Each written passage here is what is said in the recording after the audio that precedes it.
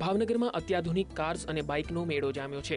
વિમલ ત્રિવેદી અને ધ્રુવ વાઢેર આયોજિત ચોથા ઓટો એક્સપોમાં કાર શોખીનો ઉમટી પડ્યા હતા।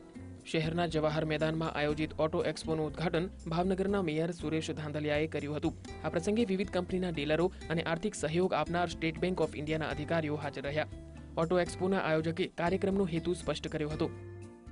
આગળના ભાગમાં લિમોઝિન કોચ પડી છે, ત્યાંથી લઈને 30,000ની નાની એવી ફ્રન્ટી કાર સુધીના દરેક વાહનો એકસાથે જોવા મળતો આ એક અનોખો મેળાવડો છે, જેમાં દરેક પ્રકારની ફાઇનાન્સ કંપનીઓ, જેમાં દરેક પ્રકારની બેન્કો, two wheeler, four wheeler, commercial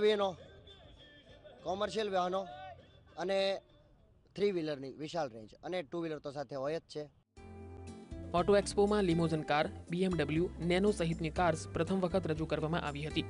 auto એક્સપોમાં દરરોજ સાંજે સાંસ્કૃતિક કાર્યક્રમોનું પણ આયોજન કરાયું છે। મુલાકાતીઓએ વિવિધ કંપનીઓની કાર્સ અને બાઇક જોઈને પોતાની ખુશી વ્યક્ત કરી હતી।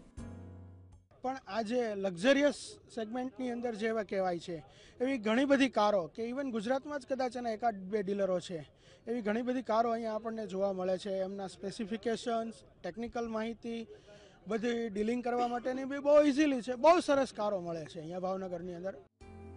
કાર મેળાના પહેલા દિવસે જ કાર શોખીનો જવાહર મેદાનમાં આવી પહોંચ્યા હતા। મુલાકાતીઓએ કાર્સ અને બાઇકની ખાસિયત જાણી હતી। નીતિન સોની, VTV, ભાવનગર।